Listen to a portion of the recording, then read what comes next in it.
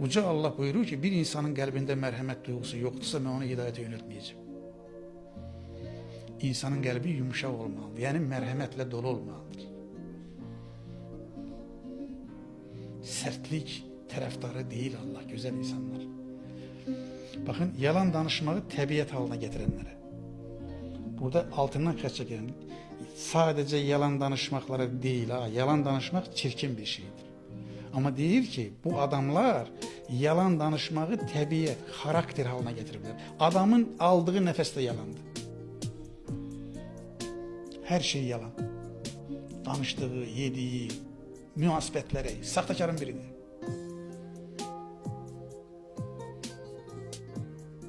Bakın, doğru yoldan azan bölme.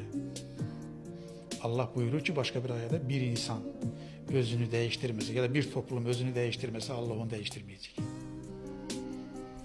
Önce biz geri qayıdacağıq. Dönüş, tövbe budur. Tövbe dönüştür. Əslinə, fitrətinə, mayana dönüştür. Güzel insanlar. Bakın, inkarda ısrar edenlere. Bakın, inkarda ısrar edir.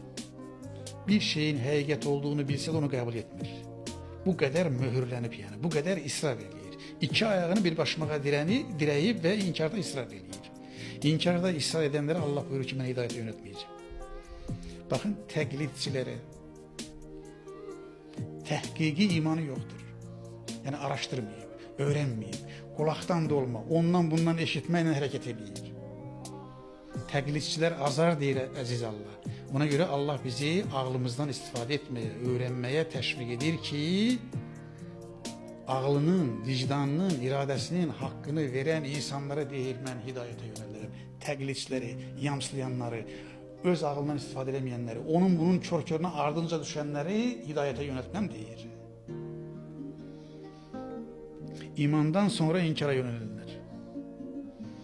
Və baxın, bir ayədə oxuyum sizə, bir ayənin mesajında daha doğrusu oxuyum sizə. Allah buyurur ki, elçi ilə arasını ayıranlara. Bugün görürsünüz de deyirlər, bizə deyir Quran lazım deyil, Quran da yoxdur, namaz da yoxdur, oruç da yoxdur, elçiyə də ehtiyac yoxdur. Yəni din yoxdur demək istəyir. Bakın, elçiyə ehtiyac yoxdur deyənlər özləri həftədə 2-3 dənə video çəkib cəmaata paylayırlar. Peki bu dinin elçisinin dindən danışmaq haqqı yoxdur da sənin mi var? Azğınlığın səviyyəsini görürsünüzmü?